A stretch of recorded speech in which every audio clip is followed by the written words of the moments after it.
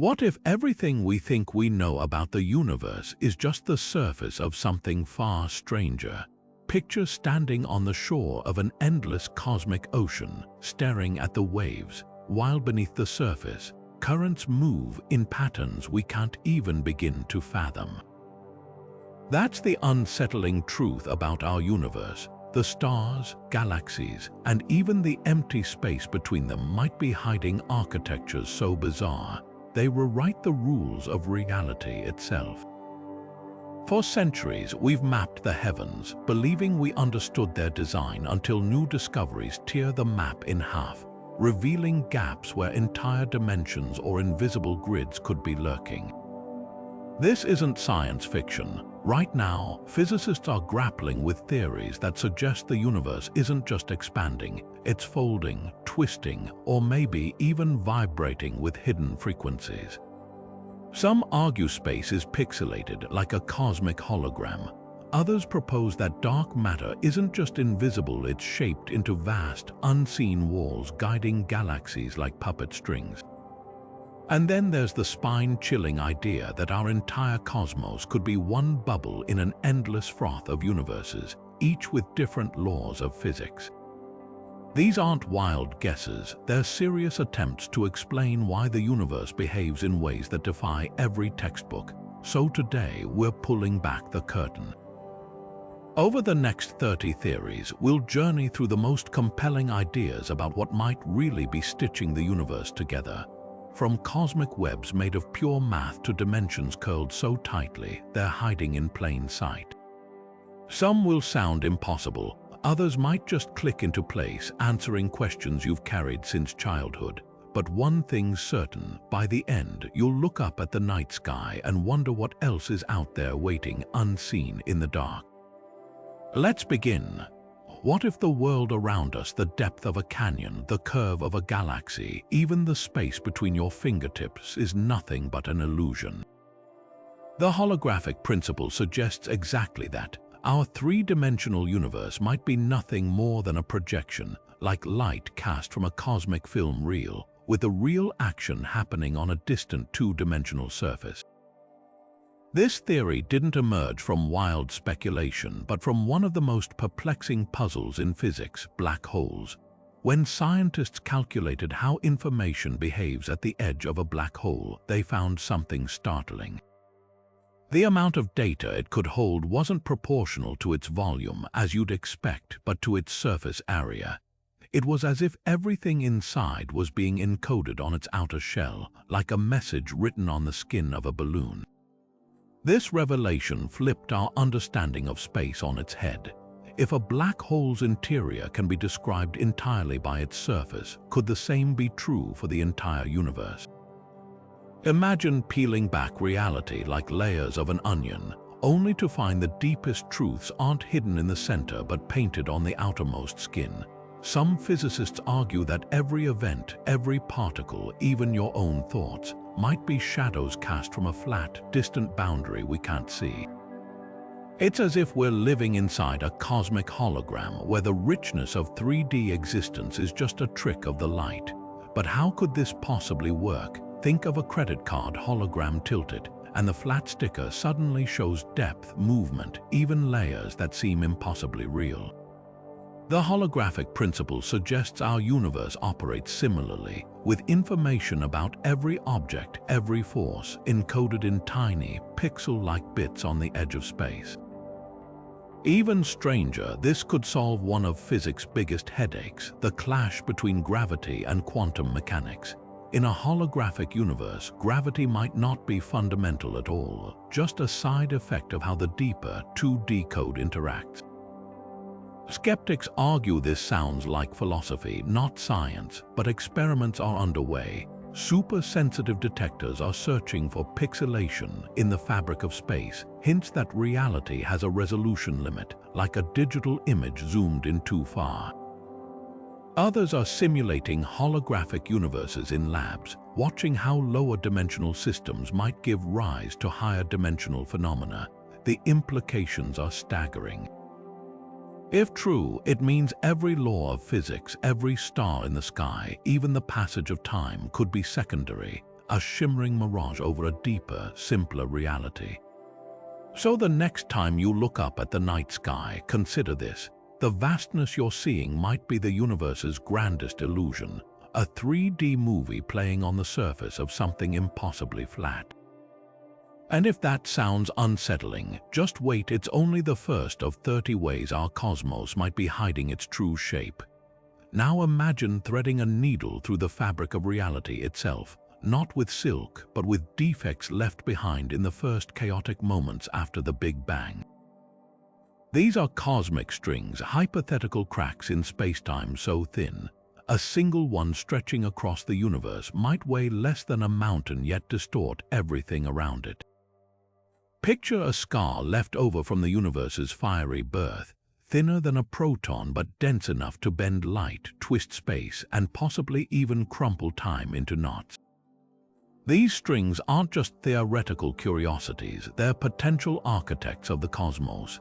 If they exist, they would stretch across billions of light years, vibrating like guitar strings plucked by the expansion of the universe.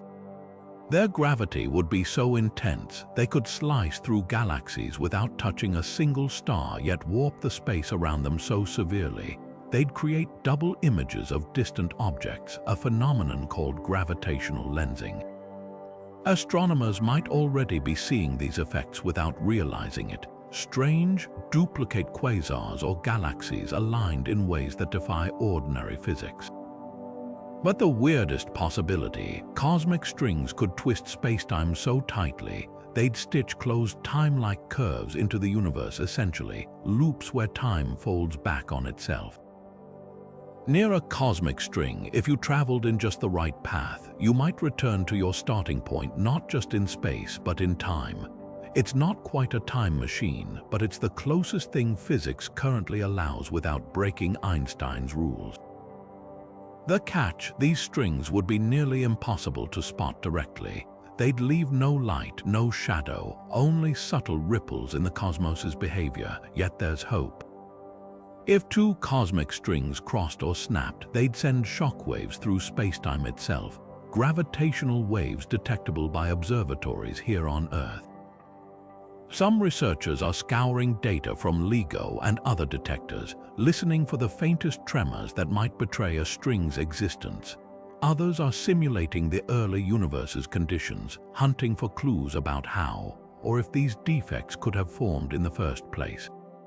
So what if cosmic strings are real? They'd rewrite our understanding of the universe's structure, proving that even emptiness is threaded with invisible seams. And if we ever found one, it would be like uncovering the universe's original blueprint scrawled not on paper, but in the very fabric of reality. We've all stared into the night sky, wondering if there's something, or somewhere, beyond the farthest galaxies we can see. But what if the answer isn't just beyond our telescopes, but outside our universe entirely? Enter the Level 1 multiverse, a concept so vast it makes our observable cosmos feel like a single raindrop in an endless storm. According to eternal inflation theory, our universe might be just one bubble in a frothing sea of universes, each with its own unique physics, history, and perhaps even versions of you. This idea springs from the chaotic aftermath of the Big Bang. Picture the newborn universe not as a smooth, expanding fireball, but as a quantum foam bubbling with random fluctuations. In some regions, the energy driving inflation, the rapid expansion of space, never stopped. These pockets kept stretching, spawning new universes like soap bubbles splitting off in a cosmic bathtub. The result, an infinite tapestry of bubble universes, each isolated by horizons expanding faster than light. We'll never see them, not because they don't exist, but because the space between us is stretching too fast for their light to reach us. Here's where it gets stranger. In this endless multiverse, every possible outcome dictated by quantum probabilities might play out somewhere, a universe where dinosaurs never went extinct. One where gravity is 10 times weaker, another where your life unfolded with every choice you didn't make. It's not science fiction, it's a direct consequence of inflation's math. Quantum fluctuations during the Big Bang didn't just seed galaxies, they might have spun off entire realities with different initial conditions. Some bubbles could have more dimensions, others might lack dark matter entirely. But how could we ever test such a mind-bending idea? Surprisingly, there are clues. If our bubble universe once collided with another, the crash might have left scars in the cosmic microwave background, the afterglow of the Big Bang. Telescopes like Planck have searched for odd temperature patterns or bruises in this radiation, though none have been confirmed yet. Others theorize that the fundamental constants of nature, like the strength of gravity or the mass of electrons, might vary slightly in different parts of our universe, hinting at overlaps with neighboring bubbles. Critics argue this is untestable speculation, but supporters counter that eternal inflation is the most natural extension of our best cosmological models. After all, if the Big Bang could happen once, why not endlessly? The multiverse isn't a fringe idea, it's a frontier. And if true, it means the universe we call home is just one page in an infinite library of realities, each with its own story, its own laws, and its own way of asking, are we alone? So the next time you feel small under the night sky, remember, the vastness you see might be the tiniest fraction of what's really out there. Beyond the edge of our vision, beyond the limits of our physics, whole other universes could be blooming, unseen and unknown. And if that doesn't rearrange your sense of scale, just wait, we're only getting started. String theory paints a picture of reality so vast, our entire universe could be a single note in an infinite symphony of possibilities. This is level 2 of the multiverse, not just bubbles drifting apart, but entire cosmic islands with different tunes, different rhythms, built on entirely different laws of physics. Imagine a library where every book isn't just a variation of the same story, but written in different languages with different alphabets, some with pages that glow or chapters that unfold backward. That's the string theory landscape, a staggering array of universes where gravity might be 1,000 times stronger, particles have entirely new properties, or time itself flows in loops instead of arrows. How could such a thing exist? The math of string theory suggests there are at least 10 to the 500 possible configurations for a universe, each defined by how the tiny, vibrating strings at the heart of reality fold and twist through hidden dimensions. Some arrangements might allow stars to burn for trillions of years, others might collapse instantly into black holes. The unsettling truth: we live in one of the rare universes where life can exist at all, a cosmic coincidence so unlikely it begs for an explanation. That's where the anthropic principle steps in. Think of it like stumbling into the only habitable cabin in a blizzard. The fact that you're inside, warm and alive, doesn't mean the cabin was built for you. It just means you couldn't have ended up anywhere else. Our universe's Goldilocks conditions, not too hot, not too cold, with just the right constants for atoms and galaxies to form, might not be special at all. In an infinite multiverse, statistically, some universes had to turn out this way, and we're simply the ones here to notice. Critics argue this sounds like giving up on deeper answers, but supporters counter that it's the opposite.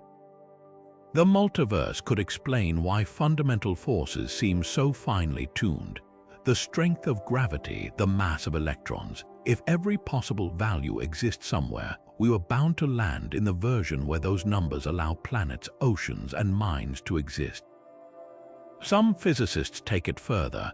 What if black holes are birthing new universes inside their cores, each with mutated laws? Or what if advanced civilizations could intentionally tune universes into existence, like gardeners planting seeds in a cosmic greenhouse?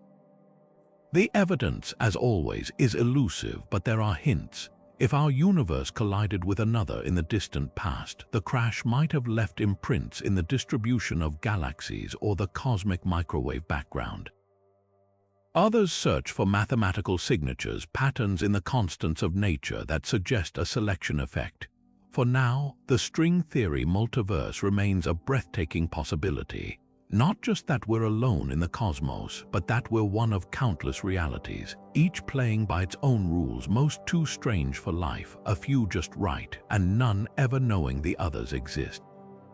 So the next time you marvel at the precision of nature's laws, consider this. They might not be laws at all, just the local customs of a universe that got lucky. And somewhere out there, in the unfathomable vastness of the multiverse, another version of reality could be unfolding where gravity repels, time runs sideways, and the very idea of a night sky is unimaginable.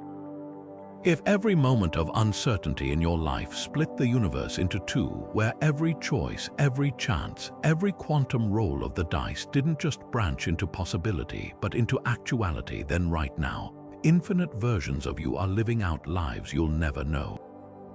This is the quantum many worlds interpretation, or level 3 of the multiverse, where reality isn't a single thread but an endlessly fraying rope, with each fiber a universe unto itself. Unlike the bubble universes of level 1 or the string theory landscapes of level 2, this multiverse isn't about distant realms with alien physics. It's about this universe, this moment, multiplying endlessly. The idea stems from a paradox at the heart of quantum mechanics. When particles interact, they exist in a haze of probabilities. An electron isn't here or there until measured, but somehow both.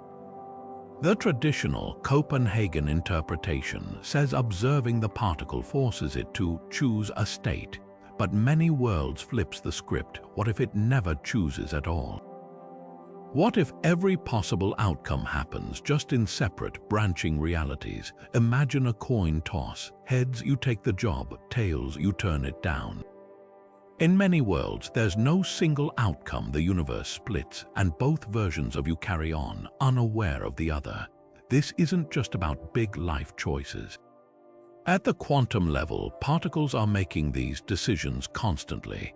Every interaction, every collision, even the random decay of an atom could be spawning new universes at a rate that defies comprehension.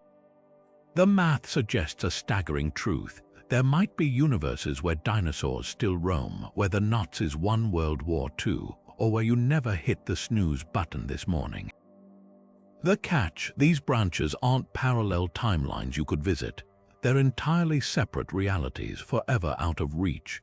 Critics argue this is extravagance, that inventing infinite universes to explain quantum weirdness is like using a flamethrower to light a candle. But supporters counter that many worlds is actually simpler in one crucial way. It removes the need for an observer to collapse quantum probabilities. No mysterious line between quantum and classical, no special role for consciousness, just pure, deterministic physics where every possibility plays out somewhere. The implications are dizzying. If many worlds is correct, then somewhere every version of you that could exist does exist. A version who became an astronaut. A version who never left their hometown. A version who statistically must have won every lottery, solved cold fusion, or unraveled the universe's deepest secrets. It's a humbling thought. Your life isn't the story of the choices you made, but the one branch you happen to be aware of. So why can't we detect these other worlds? The answer lies in quantum decoherence, the process that makes branches lose touch with each other. Think of it like tuning a radio. Once you settle on a station, the others fade into static. Our reality isn't special, it's just the frequency we're stuck on. Some theorists even speculate that quantum immortality could emerge from this. In branches where you survive improbable odds, your consciousness might always follow the path where you don't die. Is there any way to test such a theory? Fringe experiments have tried, like searching for quantum echoes from nearby branches, but so far, no luck. Yet many worlds remains compelling because it doesn't just explain quantum mechanics, it redefines what reality is. Not a single unfolding story, but an endless library of every story that could ever be written. So the next time you hesitate whether to speak up, to take a risk, or to change the channel, remember, somewhere you didn't hesitate. And somewhere else you hesitated forever. The universe doesn't choose, it simply branches endlessly without witness or fanfare into the dark.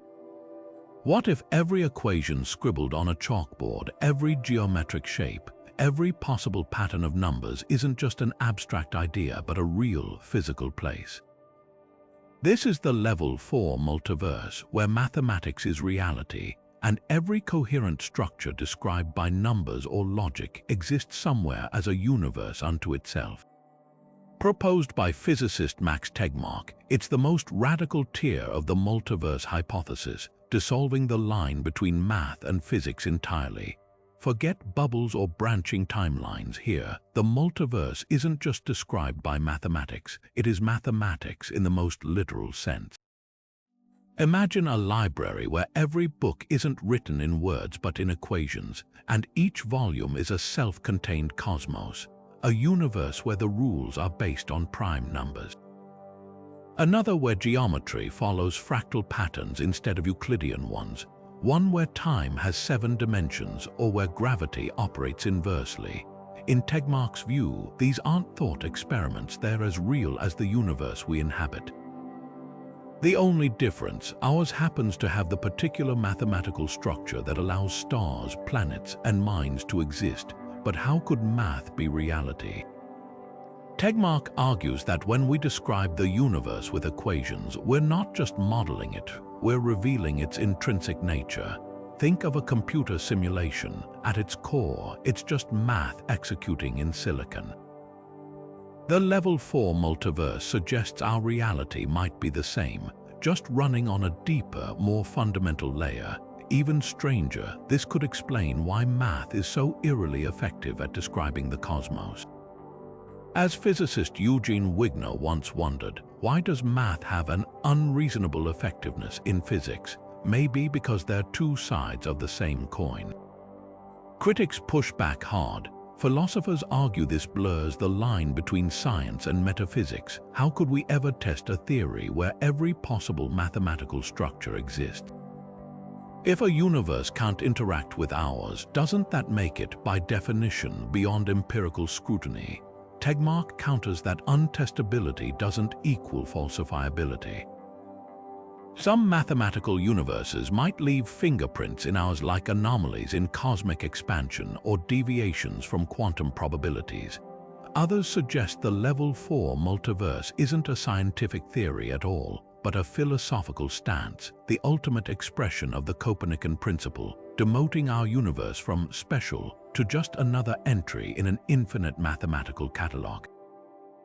Yet the implications are staggering. If true, it means every imaginable reality exists, not just variations of our physics, but realms so alien they defy human intuition. A universe built on chess rules, one where consciousness emerges from Fibonacci sequences, another where time is a Möbius strip cycling endlessly. It also raises haunting questions. Could advanced civilizations navigate the mathematical multiverse, traveling not through space but through equations? And if every structure exists, does that mean some contain self-aware entities peering back at their own equations, wondering if they're the only ones? The level 4 multiverse doesn't just challenge our place in the cosmos, it redefines what the cosmos is. No longer a collection of stars or particles, but a kaleidoscope of pure abstraction, where the only limit is logical consistency. So the next time you solve an equation or sketch a triangle, consider this. You might not just be doing math, you might be holding a map to a universe waiting to be explored, if only we could learn to step inside the numbers. What if our universe is just one page in a vast cosmic book floating alongside countless other pages, each hosting their own version of reality? This is the wild premise of brane cosmology, where our three-dimensional world isn't all there is, but a membrane, or brane for short, drifting through a higher dimensional space we can't see. Picture a sheet of paper suspended in a dark room, vibrating gently as other sheets brush past it. Now imagine that every time two of these sheets touch, they spark a cataclysmic explosion, a big bang birthing a new universe. That's not science fiction. It's a serious attempt to explain how our cosmos began, and it comes straight from the edges of string theory. String theory suggests the universe isn't made of point-like particles, but of tiny, vibrating strings. To make the math work, these strings need extra dimensions, not just the 3 we know, but 6 or 7 more curled up so tightly we'd never notice them. Brane cosmology takes this idea further. What if some of those dimensions aren't tiny at all, but vast, and our entire universe is stuck to a 3-dimensional brane like a sticker on a sheet of glass? In this view, gravity might be the only force that can leak into the higher dimensional space, which could explain why it's so weak compared to other forces. But here's where it gets explosive. Some models propose that our Big Bang wasn't a one-time event inside an empty void, but the aftermath of 2 branes colliding in this higher dimensional realm. Think of it like 2 symbols smashing together. The energy of that impact could have ignited everything we see today, even more mind-bending. If branes keep drifting and colliding in cycles, then Big Bangs might be routine, with universes rising and falling like bubbles in boiling water. This isn't just theoretical gymnastics. If branes exist, they could leave fingerprints in the cosmic microwave background, subtle ripples from that primordial collision. Some researchers argue that certain anomalies in this radiation, like unexpected cold spots, might be cosmic bruises from a long-ago brane crash. Others are hunting for evidence of higher dimensional gravity, particles called gravitons that could briefly escape our brane, leaving gaps in the energy of particle collisions. Of course, skeptics say this is untestable speculation, but supporters counter that brane cosmology solves puzzles other theories can't, like why the universe's energy is so evenly distributed or what came before the Big Bang. It also opens dizzying possibilities. If our brane ever grazed another, could we feel the vibrations? Could advanced civilizations detect or even manipulate these hidden dimensions? So the next time you gaze at the night sky, consider this. What looks like empty space might be just one layer in a cosmic stack, with other universes hovering millimeters away in dimensions we can't see. And if that's true, then reality isn't just stranger than we imagine, it's stranger than we can imagine, vibrating silently in the dark. What if the universe isn't just governed by laws but by lines of code? The simulation hypothesis throws open a terrifying possibility that everything we see, touch, and experience might be an artificial construct, a digital illusion crafted by some unfathomably advanced civilization. This isn't just speculative sci-fi. Prominent thinkers, from philosopher Nick Bostrom to tech mogul Elon Musk, have seriously entertained the idea that we're living in a simulation so finely tuned it seems nearly invisible. The argument starts with a simple extrapolation of technological progress. If civilizations keep advancing, at some point, their computing power would dwarf ours by incomprehensible magnitudes. They might run ancestor simulations, detailed recreations of their own history, populated by conscious, self-aware beings like us. Now imagine countless such civilizations running countless simulations across cosmic time. The odds suggest it's far more likely we're in one of those artificial realities than the original, base one. But where's the evidence? Some point to the eerie pixelation of reality itself. At the Planck scale, the smallest possible unit of space physics behaves like a digital grid with discrete limits to time and measurement. It's as if the universe has a resolution, just like a video game rendering only what the player can see. Others cite quantum mechanics observer effect, where particles seem to choose a state only when measured, almost like a simulation conserving processing power by rendering details on demand. Even glitches in our reality, like déjà vu or unexplained cosmic anomalies, get dragged into the debate as possible bugs in the code. Philosophically, the hypothesis is a minefield. If we're simulations, do our choices matter? Are the simulators gods, scientists, or something else entirely? Some argue this is just creationism dressed up in tech jargon, a way to hand-wave the hard questions about existence. Others counter that it's a mathematically sound extension of our understanding of computation and probability, the most unsettling version. If simulations can create their own simulations, we might be nested layers deep in a cosmic hierarchy of realities, each oblivious to the ones above. Yet the simulation hypothesis isn't bulletproof. For one, there's no known way to create consciousness artificially. What if self-awareness can't be coded? Others ask why any civilization would waste energy simulating trillions of mundane lives, or point out that infinite simulations would dilute the odds without guaranteeing we're in one. Some physicists are even devising experiments to test the idea, like searching for geometric patterns in high-energy cosmic rays, potential artifacts of a simulated universe's underlying code. Whether it's true or not, the hypothesis reshapes how we see reality. It turns the universe from a fixed stage into something more fluid, more malleable, a construct where the rules might not be laws but parameters. And if that's the case, who's to say they can't be changed? The simulation hypothesis doesn't just ask if we're living in a machine. It forces us to wonder, if we are, what happens when we start poking at the edges of the program? Galaxies aren't just drifting apart as the universe expands. Some are being pulled, not by anything we can see, not by dark matter, not even by the gravitational grip of nearby superclusters, but by something so massive and so distant, it lies beyond the edge of everything we've ever observed.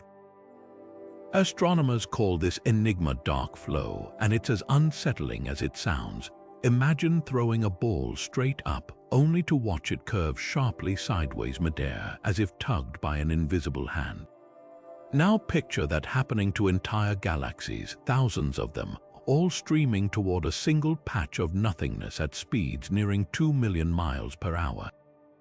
This isn't just a statistical fluke. When scientists mapped the motion of galaxy clusters using X-ray emissions and the cosmic microwave background, they found something that defied all expectations. The clusters weren't moving randomly, they were sliding in unison like leaves caught in a hidden current. The most shocking part, the source of this pull seems to lie outside our observable universe. That's not just far away, it's beyond the cosmic horizon, the limit of how far light could have traveled since the Big Bang.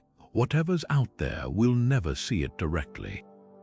But it's gravity that leaves fingerprints, so what could possibly exert such force? One spine-tingling possibility is that dark flow is evidence of a neighboring universe, a colossal structure lurking in the multiverse, so dense its gravity leaks into ours. Think of it like feeling the heat of a fire through a wall. You can't see the flames, but you know they're there. Another theory suggests these motions are scars from before the Big Bang, imprints of an earlier cosmos that somehow survived the birth of our own. If true, it would mean our universe isn't just one chapter in cosmic history, but a sequel. Skeptics argue dark flow might be an illusion, a quirk of incomplete data or measurement errors. But the signal persists even in newer studies. Others propose less exotic explanations, like vast, undiscovered voids distorting the motion of galaxies. Yet nothing in the standard model of cosmology predicts this kind of coordinated movement on such a mind-boggling scale.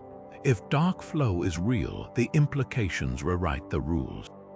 It hints that our universe isn't just expanding, it's being shaped by forces we can't see, can't map, and might never fully understand. And if that doesn't unsettle you, consider this. Somewhere beyond the cosmic veil, something incomprehensibly vast is pulling the strings, and we're just along for the ride. What if the Big Bang wasn't the beginning, just the latest reboot in an endless cycle of cosmic destruction and rebirth? The Big Bounce theory flips our origin story on its head, proposing that the universe doesn't have a single starting point, but instead pulses like a heartbeat, expanding and contracting over trillions of years. Imagine a cosmic accordion. After the music of one universe fades into a crushing big crunch, the instrument snaps back, unleashing a new Big Bang and a fresh symphony of stars. This idea isn't just poetic, it's a potential solution to one of cosmology's biggest headaches, the singularity. The moment of the Big Bang is a mathematical nightmare, a point where density and temperature become infinite and our physics simply breaks down.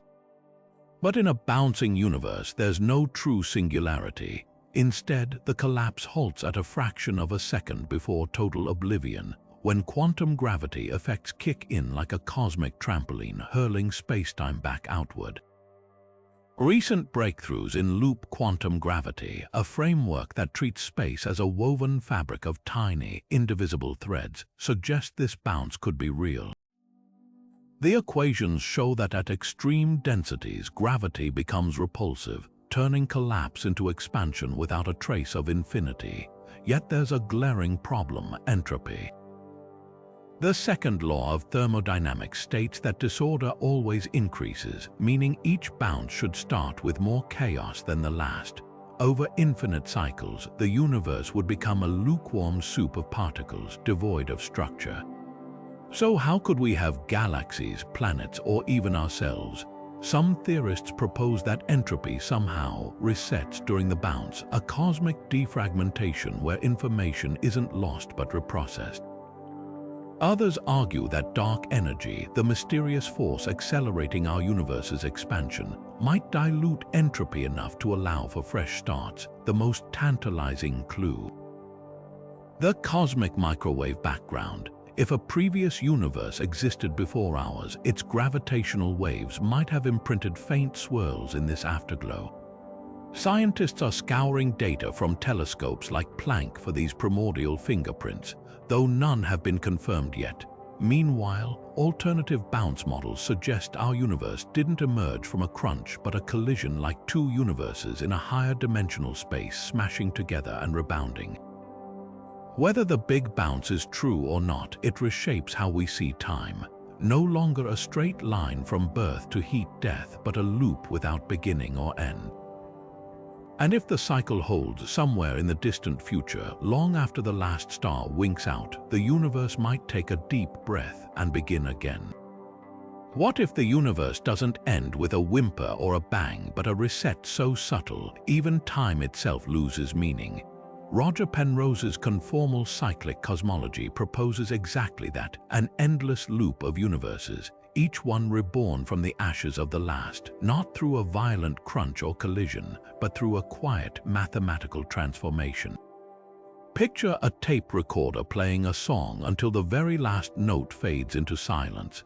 Now imagine someone hits rewind, but instead of just reversing the song, they stretch and compress the tape until the silence at the end bleeds seamlessly into the beginning of the next track. That's the essence of conformal rescaling, a cosmic remix where the infinite expansion of one universe becomes the Big Bang of the next. Penrose's theory hinges on a radical rethinking of scale. At the end of time, when all matter has decayed into radiation and black holes have evaporated into photons, the universe becomes a featureless sea of energy with no meaningful way to measure distance or duration. In this state, the concept of size becomes meaningless. A single photon could be stretched to span the entire cosmos, or the cosmos could be shrunk to fit inside a photon. It's all mathematically equivalent. This symmetry allows the dying universe to match the conditions of a newborn one through a conformal transformation, stitching the end of one eon to the start of another without a singularity or a bounce. But how could we ever prove such a thing happened? Penrose points to the cosmic microwave background, the afterglow of the Big Bang, where strange, circular patterns called Hawking points might be the echoes of black holes from a previous eon.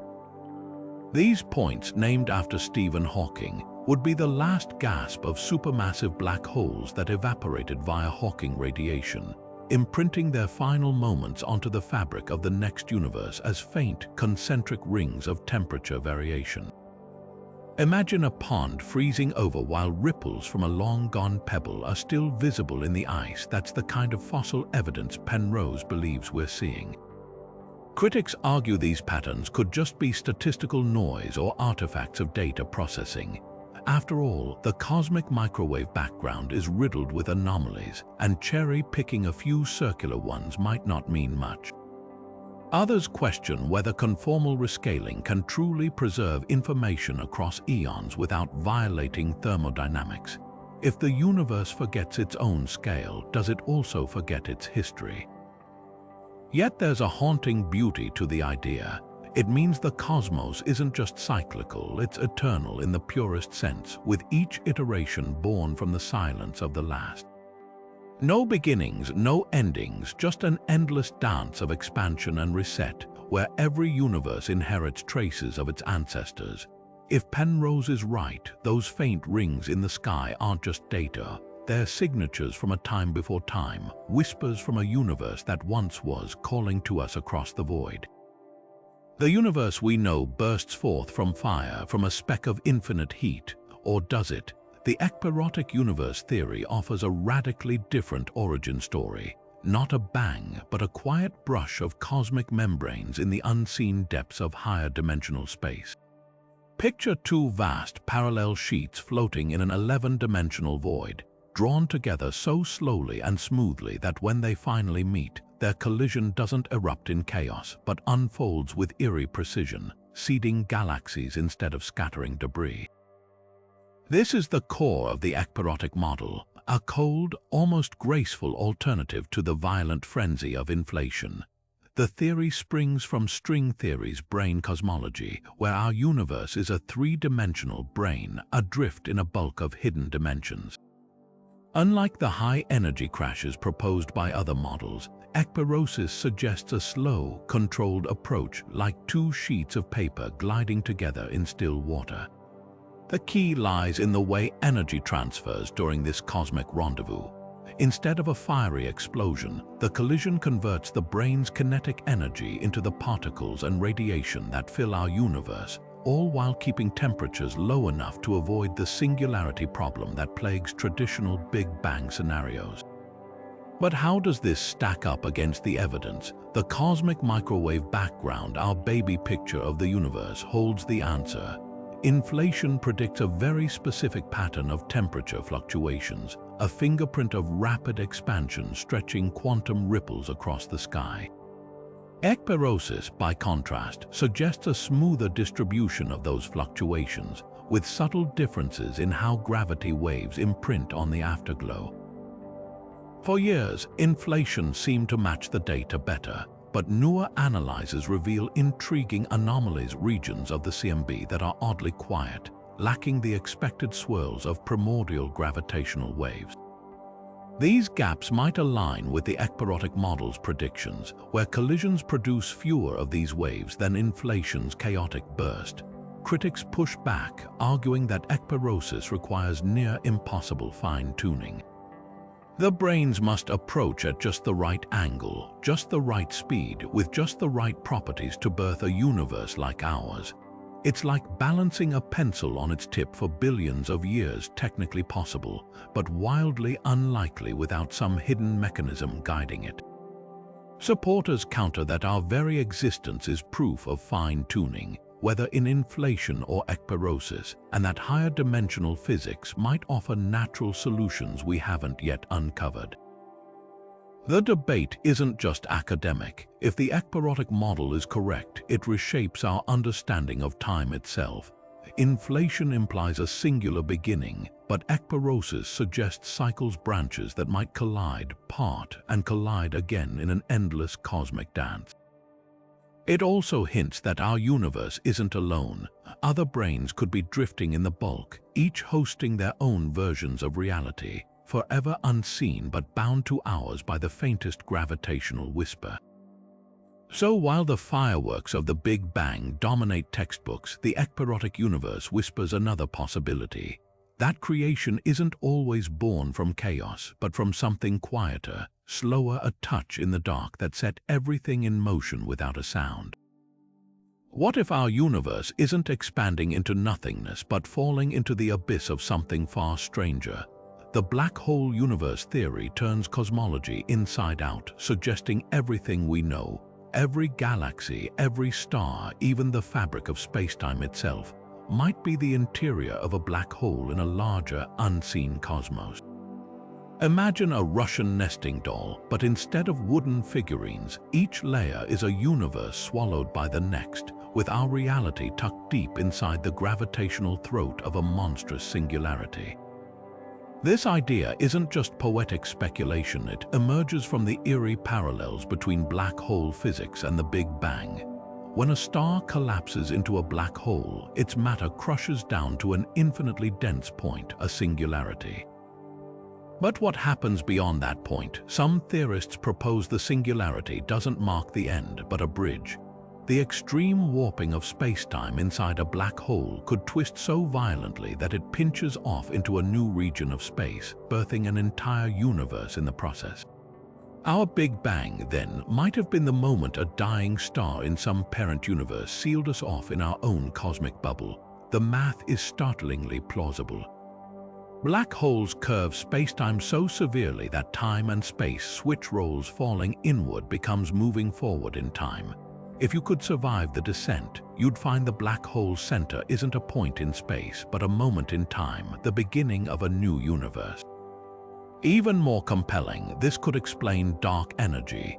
The mysterious force accelerating our universe's expansion might simply be the gravitational pull of the parent universe's matter, leaking through the singularity like a slow drip from another reality. Critics argue this is an untestable metaphor, but supporters point to observable clues. If our universe is inside a black hole, its shape should carry imprints of that origin, like a slight overall curvature or patterns in the cosmic microwave background. Some models even predict specific signatures in the distribution of galaxies, subtle fingerprints of our cosmic parent's gravitational influence. Others note that black hole universes naturally avoid the singularity problem. No infinite densities, just a smooth transition from collapse to rebirth. The implications are dizzying. If true, every black hole in our universe could be pregnant with a new cosmos, each with its own physics, its own stars, its own black holes spawning even more realities. It's a fractal multiverse where existence nests endlessly within itself, and somewhere, in some unimaginably vast realm, our entire universe might just be the dark heart of a long-dead star, a single note in an infinite symphony of gravitational echoes. So the next time you hear about a black hole devouring a star, consider this. It might not be destruction you're witnessing, but the quiet birth of something vast, unknowable, and alive. If black holes are cosmic vacuum cleaners, sucking matter into oblivion, then white holes are their theoretical opposites, cosmic fire hoses, spewing out light and matter in a relentless torrent that nothing can enter. These strange space-time structures exist purely in the equations of general relativity, the perfect mirror image of a black hole's inescapable grip. While a black hole's event horizon marks the point of no return for infalling matter, a white hole's horizon would be an exit door slammed shut, ejecting everything outward with furious energy. Picture a fountain where the water doesn't just arc gracefully, it rockets skyward with enough force to shatter the clouds. But here's the catch, we've never seen one. Not a single confirmed white hole has been spotted in the observable universe, and for good reason. General relativity permits them mathematically, but thermodynamics throws up a roadblock. White holes would violate the second law by decreasing entropy, essentially reversing time's arrow in a localized pocket of space.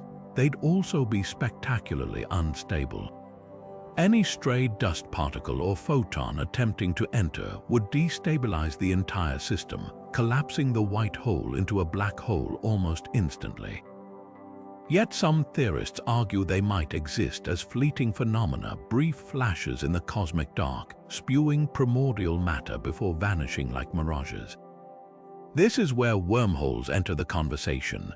Often depicted in sci-fi as glowing tunnels between stars, real wormholes, or Einstein-Rosen bridges, are hypothetical shortcuts through spacetime's fabric, connecting distant points or even different universes. Think of folding a piece of paper so two dots touch. The wormhole is the pencil poking through, creating a bridge that bypasses the long journey across the sheet.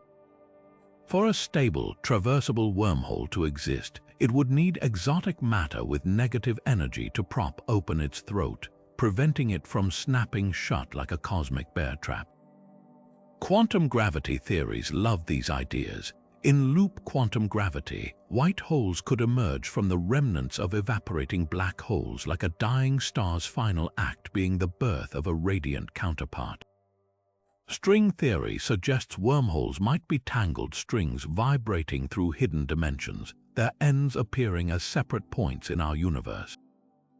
Even more intriguing, some models propose that every black hole is secretly a wormhole in disguise, with its singularity stretched into a tunnel leading somewhere. But where, another time, another universe, the math is tantalizingly silent on the destination. The reason we haven't observed these structures might not be because they're impossible, but because they're hiding in plain sight. A white hole's outburst could be mistaken for a supernova or a gamma-ray burst. A wormhole might masquerade as a black hole until something or someone attempts the crossing. Some physicists speculate that dark matter's gravitational effects could hint at hidden wormholes warping space where we can't see them. Others suggest that if a white hole ever existed, it would have flared into visibility in the early universe, leaving echoes in the cosmic microwave background. Perhaps the most mind-bending possibility is that white holes and wormholes aren't separate entities at all. A black hole swallowing matter in our universe could be a white hole ejecting it into another, with the two connected by a wormhole threaded through higher dimensions.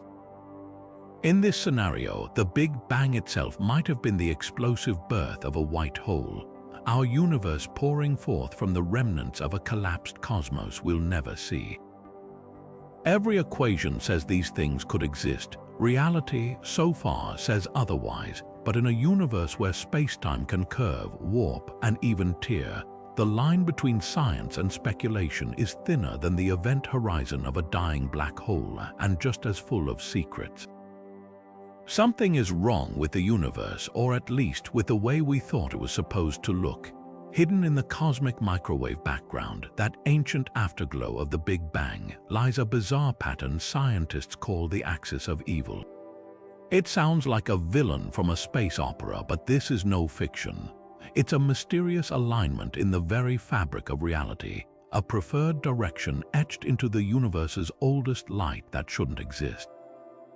The cosmic microwave background is supposed to be the ultimate equalizer, a nearly uniform sea of radiation where tiny temperature fluctuations create a speckled pattern across the sky. These fluctuations are cosmic fossils, snapshots of density variations in the infant universe that eventually grew into galaxies and clusters. According to the standard cosmological model, these variations should be randomly distributed like flecks of paint flicked onto a canvas. But when researchers mapped the data, they found something unsettling. The fluctuations aren't random at all. They're aligned along a specific axis, as if the universe itself has a north and south pole. This discovery sent shockwaves through cosmology. A preferred direction violates the cosmological principle, the bedrock idea that the universe should look the same in all directions on large scales. It's like spinning a globe blindfolded, stopping it randomly, and finding your finger always lands on Paris. The odds of this happening by chance are astronomically low, around 1 in 100,000. So what could possibly be skewing the universe's blueprint? One spine-tingling possibility is that the axis of evil is a scar from before the Big Bang. Some theories suggest our universe inherited this asymmetry from a previous cosmic era, like a room still echoing with sound long after the music stops. Perhaps space-time itself carries imprints from an earlier phase, warping the newborn universe's structure in ways we're only now detecting. Other models propose the influence of a neighboring universe, its gravitational pull tugging ours into alignment like a hidden magnet beneath a sheet of paper. Skeptics argue it's all just noise. The human brain is wired to find patterns even where none exist, a phenomenon called pareidolia, like seeing faces in clouds. Maybe the axis of evil is a statistical fluke, a cosmic mirage that will vanish with better data. Others point to subtle biases in how we measure the CMB, like dust in our own galaxy casting faint shadows. But even after accounting for these factors, the signal persists, gnawing at the edges of our understanding. If the axis is real, the implications rewrite the rules. It could mean the universe isn't isotropic, not the same in all directions, which would upend everything from dark energy models to galaxy formation. Some theorists are even exploring radical ideas, like the universe being shaped like a vast, rotating cylinder, its spin imprinting a directionality onto spacetime itself. Others suggest it's evidence of quantum entanglement on a cosmic scale, with distant regions of the universe remembering their connection from the instant of creation. For now, the axis of evil remains one of cosmology's greatest unsolved riddles. It's a whisper from the edge of physics, hinting that our universe might not be the orderly, impartial expanse we thought, but something stranger, something with fingerprints on it. And if those fingerprints aren't ours, whose are they? Time crystals sound like something ripped from a sci-fi novel, structures that pulse and oscillate without energy, defying the very laws we thought governed reality. But these aren't just theoretical oddities, they're real, and they might be rewriting our understanding of time itself. Picture a snowflake that doesn't just sit frozen in space, but one that rhythmically rearranges its shape over and over, not because it's melting or being pushed, but because that's its natural, lowest energy state. That's the essence of a time crystal, a quantum system that breaks time's symmetry, ticking like a clock with no batteries, no friction, and no end. The idea was first proposed by Nobel laureate Frank Wilczek in 2012, and for years it was met with skepticism. How could something move without energy? Classical physics says perpetual motion is impossible. Energy gets lost to heat, to friction, to the universe's relentless march toward disorder. But time crystals don't violate these rules, they sidestep them entirely. In the quantum realm, ground states, the lowest energy configurations of a system, aren't always static. When certain materials are cooled to near absolute zero and jostled by precisely tuned lasers, their atoms can fall into a dance that repeats at fixed intervals, not because they're burning energy, but because the system's quantum geometry demands it. It's like a river flowing in a perfect loop, not because it's being pumped, but because the landscape itself bends it into a circle. What makes time crystals truly mind-bending isn't just their motion, it's what they imply about time. Normally, the laws of physics don't care about time's direction. Flip a quantum equation backward and it should still hold true, but time crystals break this symmetry. Their oscillations pick a preferred rhythm, a direction to time's arrow, as if the universe at its smallest scales is whispering that time might not be fundamental at all, but something that emerges from deeper, more intricate physics. Some theorists even speculate that time crystals could be prototypes for a new kind of quantum memory, where information is stored not in static bits, but in these unending, stable pulses, a hard drive that never loses data because it's always perpetually rewriting itself. Yet the wildest possibility is what time crystals might say about the cosmos itself. If tiny systems can exhibit this behavior, could spacetime on a grand scale have similar properties? Imagine the universe not as a static stage where events play out, but as a vast dynamic crystal, its hidden structure resonating with rhythms we're only beginning to detect. It's a haunting thought that time, the most familiar part of our existence, might be nothing more than a shadow cast by something far stranger. Experiments are already underway to probe these questions. In labs from Harvard to Google's quantum AI division, researchers are crafting time crystals in diamond imperfections, superconducting qubits, and even clouds of ultra-cold atoms. Each success hints at a deeper truth that the boundary between time and timelessness might be thinner than we ever dreamed. So the next time you glance at a clock, consider this. The ticks you're counting might be echoes of a deeper cosmic rhythm, one that's been humming silently beneath reality all along. And if that's true, then time itself might not be the universal constant we thought, just the most familiar note in a symphony we're only starting to hear. What if reality isn't made of particles or waves, but of connections? The neural network theory of the universe takes inspiration from artificial intelligence, proposing that the cosmos isn't just like a learning machine. It might literally be one, with every particle, force, and law emerging from a vast, self-adjusting web of relationships. Picture the universe not as a collection of objects, but as a cosmic brain where galaxies are thoughts, stars are firing synapses, and the fabric of space-time itself hums with the rhythm of information exchange. This idea didn't come from sci-fi, but from the eerie parallels between physics and neural networks. In AI, a neural network learns by adjusting the weights of connections between nodes, refining itself to match patterns in data. Now imagine those nodes aren't digital constructs, but elementary particles, quarks, electrons, photons, each interaction tweaking the universe's weights to optimize some deeper, hidden function. It's as if the Big Bang wasn't an explosion, but the initialization of a cosmic algorithm, and the 8 billion years since have been the universe training itself into existence. Some physicists argue this could explain why nature seems so finely tuned for complexity. Just as a neural network stumbles toward efficiency through trial and error, the universe might have self-organized into galaxies, planets, and life through endless iterations of physical laws. Dark energy, perhaps a regularization term, a cosmic learning rate preventing the system from overfitting. Quantum uncertainty, the universe's way of stochastic gradient descent, exploring every possible state to minimize some universal loss function we don't yet understand.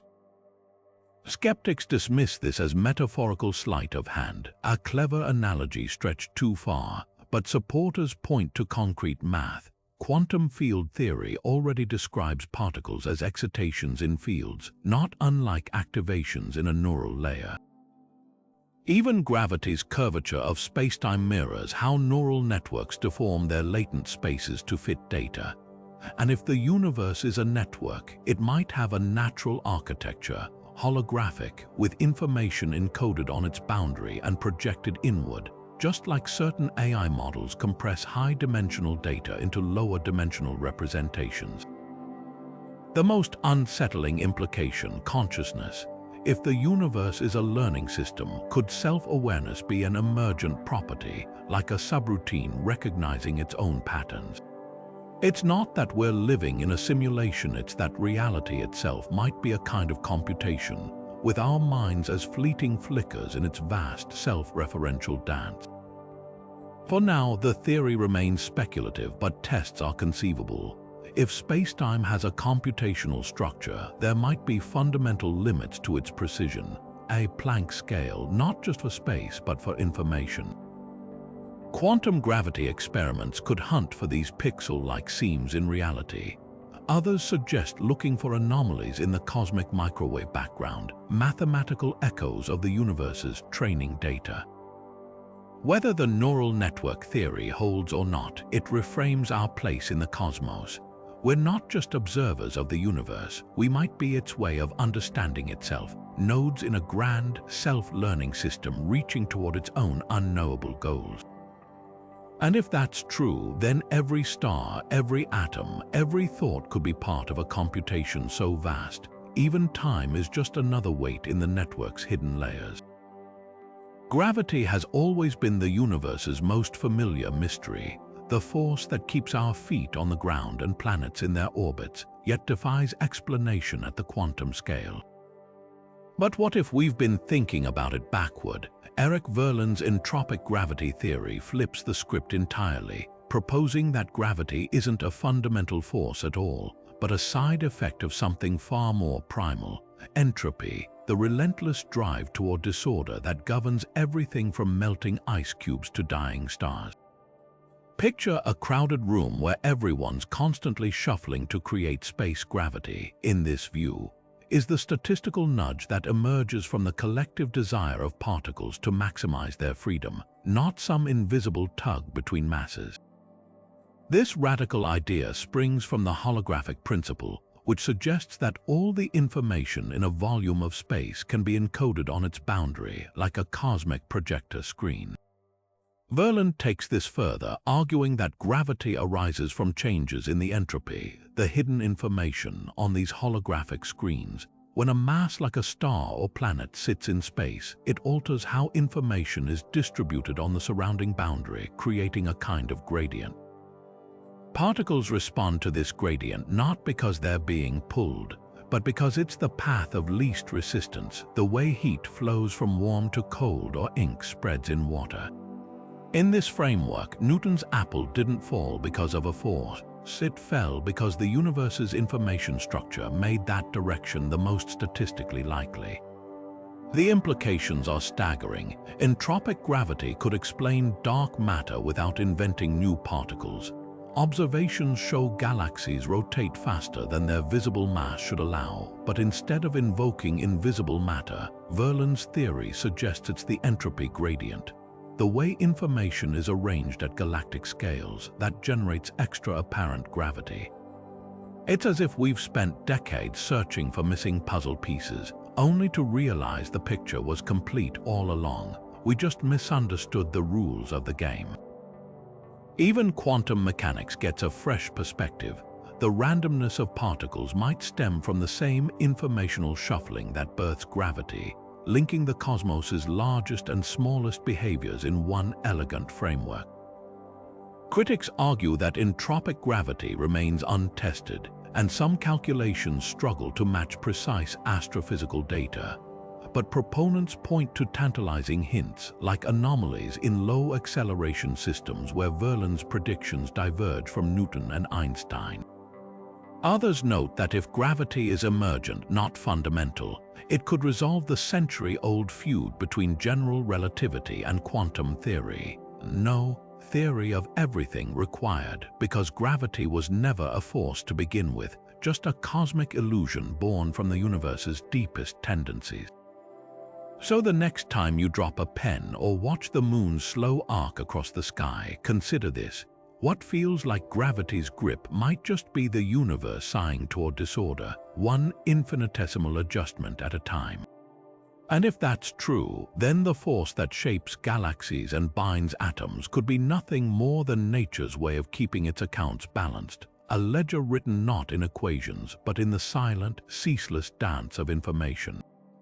The idea that our universe might be the interior of a black hole sounds like the plot of a dystopian sci-fi novel until you look at the math. The numbers tell a haunting story. The observable universe's mass, radius, and even its acceleration match the properties of a black hole with eerie precision. Take the Schwarzschild radius, the size a black hole's event horizon would have given its mass. Plug in the estimated mass of our visible cosmos, and the calculation spits out a radius nearly identical to the distance to the cosmic horizon. It's as if we're standing just inside the point of no return, mistaking the infinite depths ahead for an expanding universe. This isn't just numerology. Black holes warp spacetime so severely that their interiors become self-contained universes, cut off from the outside. From our perspective, space expands. From an outside observer's view, matter falling into a black hole never quite crosses the horizon due to time dilation, instead painting its image across the surface like a cosmic fresco. The holographic principle takes this further, suggesting all the information inside a black hole, every star, every atom, every thought might be encoded on its boundary. If we're inside a black hole, our entire reality could be a projection from some unimaginable surface at the edge of everything. The implications ripple through physics. Take the information paradox, the puzzle of what happens to data swallowed by a black hole. If our universe is one, the paradox flips. information isn't lost but perpetually reborn, recycled through the singularity like a cosmic loom weaving spacetime anew. Even dark energy finds a fresh interpretation. The force accelerating our universe's expansion might be the gravitational pull of the parent universe's matter, leaking through the singularity like static from another room. Critics argue the analogy breaks down under scrutiny.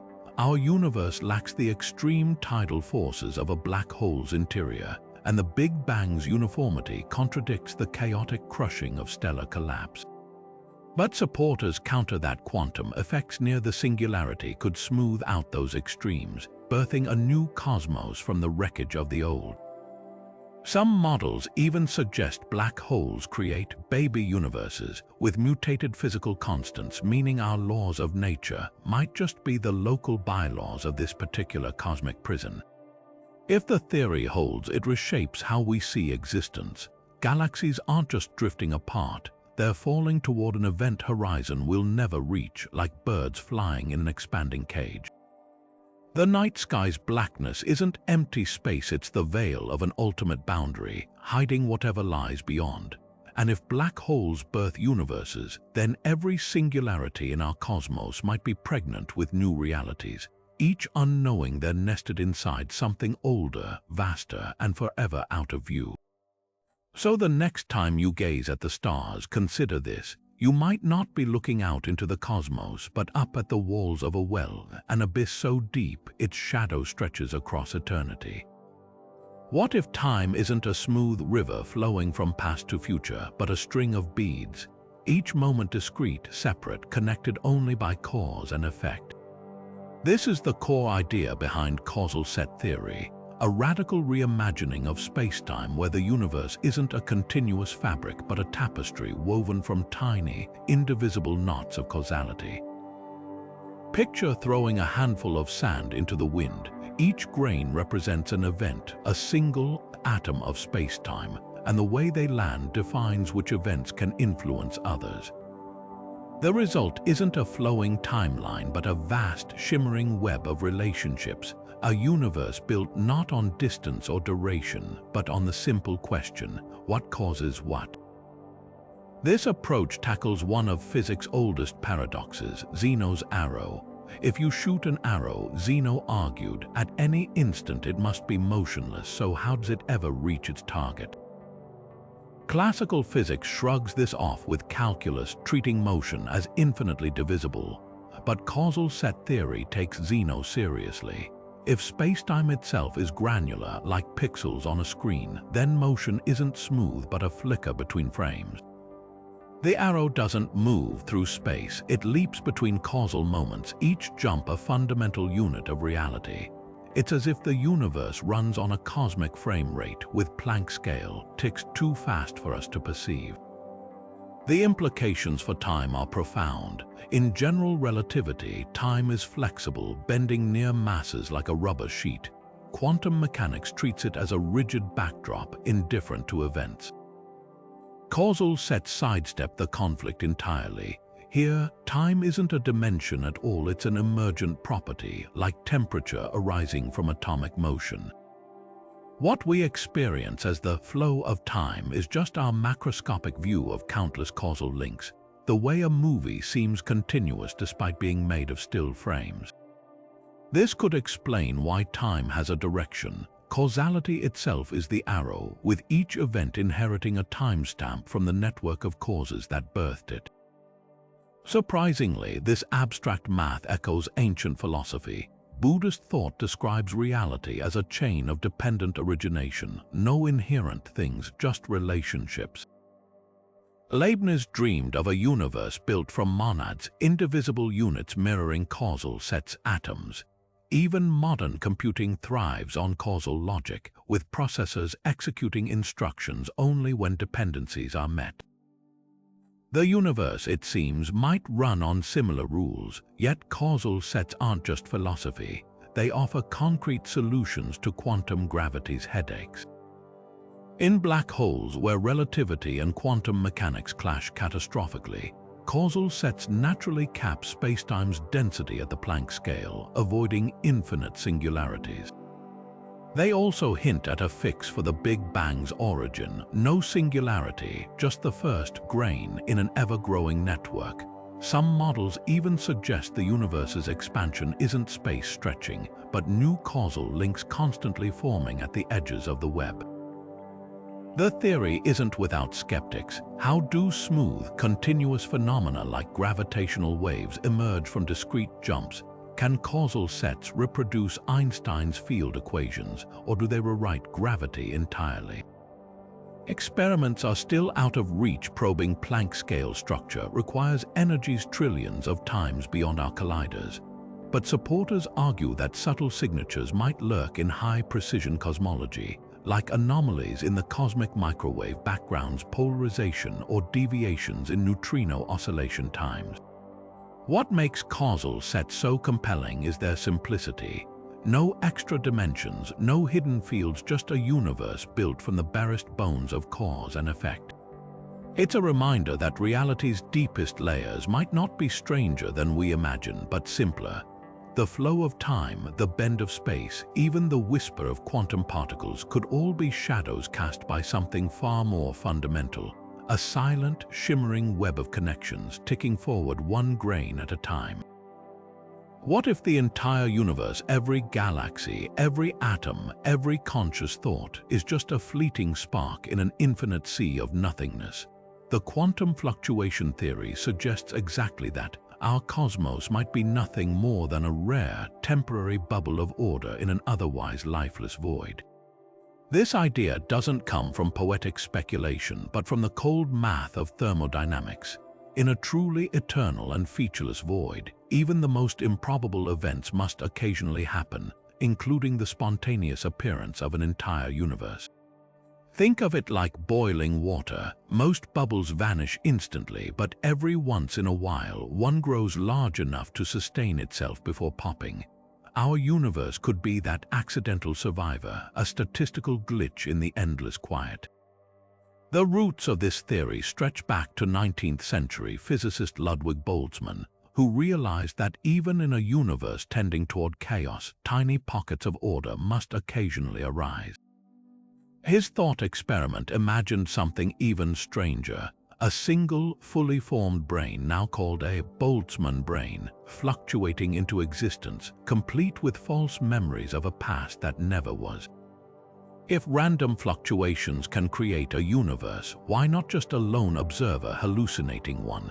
The unsettling conclusion is that statistically, disembodied Boltzmann branes should vastly outnumber real, evolved observers like us. So why don't we wake up as disconnected minds floating in the void? Quantum mechanics gives this old idea a modern twist.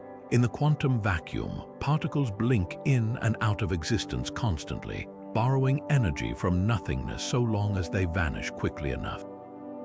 Most of these fluctuations are microscopic and fleeting, but given infinite time or an infinite multiverse, even the astronomically unlikely becomes inevitable.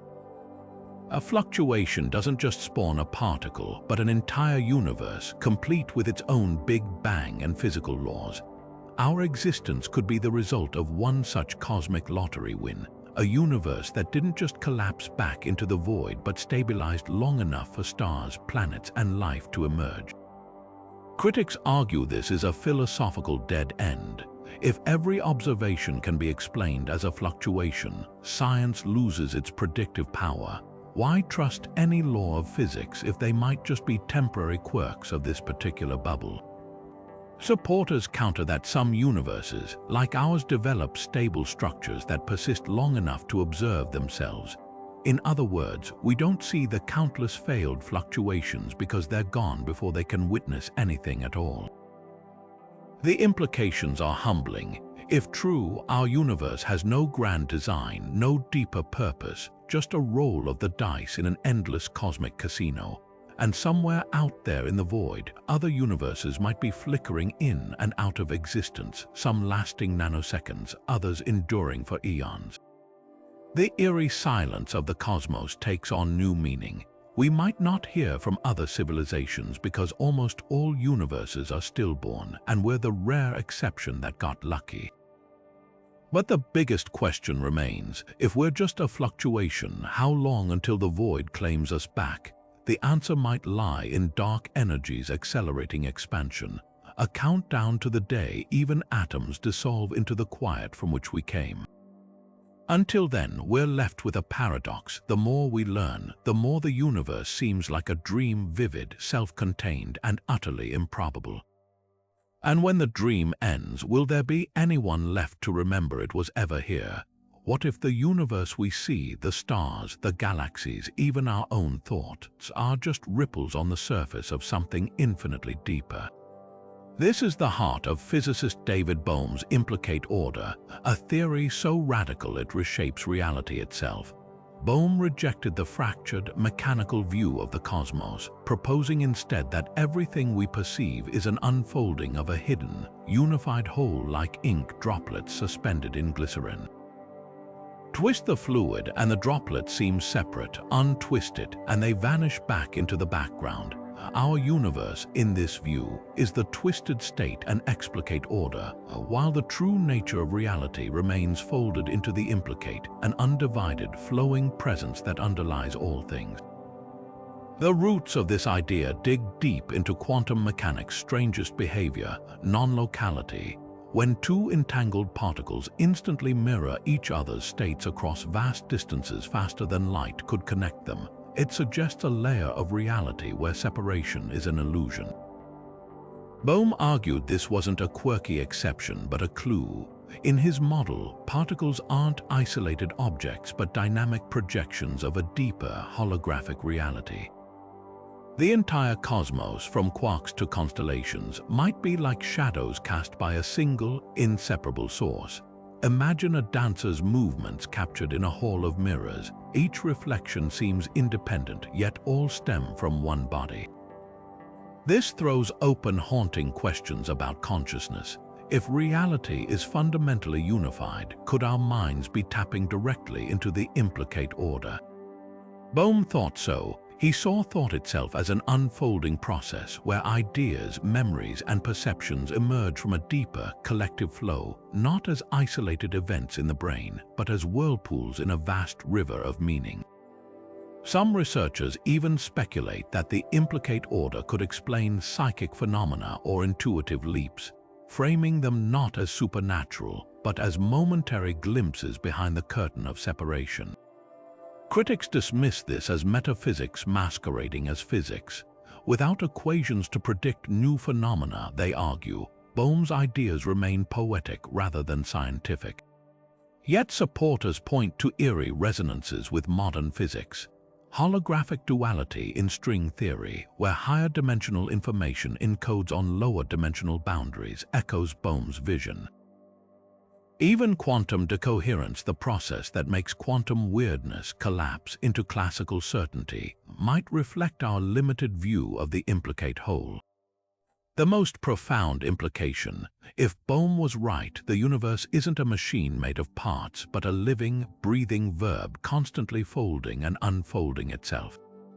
The chair you're sitting on, the screen before your eyes, even the neurons firing these words into your awareness, might all be temporary expressions of something far vaster.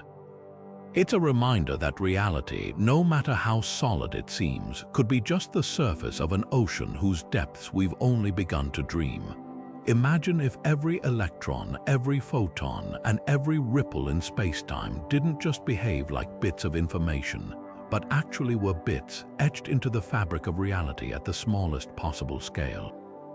This is the bold claim of digital physics, a theory that reimagines the universe not as a soup of particles or waves, but as a cosmic quantum computer humming along at the Planck scale, processing the ultimate program, existence itself. At this level, the smooth, continuous space we perceive might be an illusion, a high-resolution render hiding the pixelated grid beneath. Think of a Minecraft world. From a distance, it looks like rolling hills and flowing rivers, but zoom in far enough, and you'll find every block, every texture is built from discrete, indivisible units. The universe, according to digital physics, works the same way, just with pixels roughly 10 to the minus 35 meters in size. The roots of this idea trace back to Konrad Zuse, a German engineer who, in the 1960s, proposed that the cosmos operates like a cellular automaton, a grid of simple cells following basic rules, yet collectively giving rise to breathtaking complexity. Later, physicists like Edward Fredkin and Stephen Wolfram expanded the idea, suggesting that even the most fundamental laws, gravity, electromagnetism, even quantum mechanics, might emerge from these underlying computational rules, the same way the laws of fluid dynamics emerge from the chaotic dance of individual water molecules. The implications are staggering. If true, it means the universe isn't just described by math. It is math in motion, a self-executing algorithm where every interaction, from stars colliding to neurons firing, is just data being processed. But how could something as intangible as computation give rise to the solid, tangible world we experience? Consider Conway's game of life, a simple program where cells on a grid turn on or off based on the states of their neighbors. With just a handful of rules, this game generates intricate patterns, gliders that drift across the grid, factories that spawn endless copies, even structures that mimic logic gates. Now imagine those rules scaled up to Planck-level pixels, with trillions of interactions per nanosecond. The richness of our universe could be the emergent outcome, like a HD movie emerging from the flicker of individual pixels. Even quantum weirdness, particles being in two places at once, or instantaneously influencing each other across space, might just be side effects of the universe's underlying code optimizing its operations. The most compelling evidence: black holes. When physicists calculate how much information a black hole can hold, they find it's proportional not to its volume, but to its surface area, as if the 3D interior is a projection of data stored on a 2D boundary. This holographic principle dovetails eerily with digital physics, hinting that the universe might indeed be a kind of computation, with space-time itself as the display and singularities as overloaded processors. Even the speed of light could be a built-in limit, not of space-time but of cosmic bandwidth, the maximum rate at which information can be updated, yet skeptics abound. If the universe is a computer, they ask, who or what wrote the program? Digital physics sidesteps the question, treating the rules as brute facts, no different than the unexplained constants of traditional physics. Others argue that no known computational model can yet replicate quantum field theory's precision, though researchers like Wolfram are racing to bridge that gap. Meanwhile, experiments to detect spacetime's pixelation remain out of reach. Planck-scale resolutions require energies trillions of times beyond our particle colliders. But the theory's true power lies in its audacity. It reframes existence from a mechanical process to an informational one, where black holes are corrupted hard drives, quantum entanglement is data syncing, and consciousness might be the universe's way of observing its own calculations. It's a reminder that reality, no matter how solid it feels, could be the grandest simulation of all, not running on some alien supercomputer, but on the fundamental substrate of existence itself. And if that's true, then every law of physics, every force, every flicker of starlight might just be lines of code in a cosmic program we're only beginning to decode. Imagine if every particle in the universe wasn't just a tiny speck of matter, but the mouth of a hidden tunnel, a wormhole stitching the fabric of space-time together like threads in a cosmic tapestry. This was the radical vision of physicist John Wheeler, who proposed that reality might not be built from solid, isolated objects, but from a labyrinth of interconnected passages where electrons and quarks aren't points but portals. His theory of geometrodynamics paints the universe as a single, titanic atom, not in the traditional sense, but as a dynamic, writhing network where space-time itself behaves like a quantum field, and every particle is just a knot in the weave. At the heart of this idea lies Wheeler's reimagining of Einstein's equations. In general relativity, mass and energy bend space-time, creating what we perceive as gravity. But Wheeler wondered, what if that curvature isn't smooth and continuous, but quantized, chopped into tiny, discrete loops and twists? Picture a foam of microscopic wormholes, each one linking distant points in space like shortcuts through the cosmic substrate. An electron, then, might just be where one of these wormholes pokes through to our observable reality, its charge and mass emerging from the geometry of the tunnel itself. It's as if the universe isn't made of stuff but of topology, the shape of spacetime's hidden folds dictating what we mistake for substance. The implications ripple outward. If particles are wormhole mouths, then every interaction, every collision, every bond isn't just an exchange of energy, but a reconfiguration of spacetime's plumbing. Even the vacuum of space wouldn't truly be empty. It would froth with virtual wormholes popping in and out of existence, a quantum seething that might explain dark energy or the universe's accelerating expansion. Wheeler's universe, in this view, isn't a collection of things, but a living, breathing geometry, a single, unified structure where separateness is an illusion, and every part whispers to every other through hidden corridors. Yet the most haunting possibility is what this says about the universe's scale. If our cosmos resembles an atom complete with its own quantum field of spacetime, could it too be part of something larger, a super-universe where our Big Bang was just one fluctuation in a vaster structure? Wheeler himself speculated that reality might be a hierarchy of such systems, each nested inside the next, like Russian dolls made of pure geometry. It's a vision that blurs the line between the infinitesimal and the infinite, suggesting that the universe's deepest secrets might not lie in particles or forces, but in the hidden architecture of connection itself. For now, geometrodynamics remains on the fringes, its mathematical backbone still under construction. But modern theories like loop quantum gravity and holography echo Wheeler's intuition, treating spacetime as a network of relationships rather than a static stage. And if he was right, then the next time you touch a table or feel the sun's warmth, you might not just be interacting with matter, you're brushing against the frayed edge of a cosmic knot, a place where the universe ties itself into existence. Across cultures and centuries, one image persists: the cosmic egg. Ancient Hindu texts describe Brahma cracking open the shell of time to birth existence. Polynesian myths tell of Tauroa emerging from a spinning egg to shape the stars.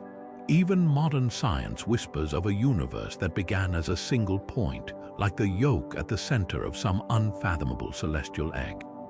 But what if this isn't just metaphor? Some cosmologists now propose that the universe doesn't just expand from a singularity.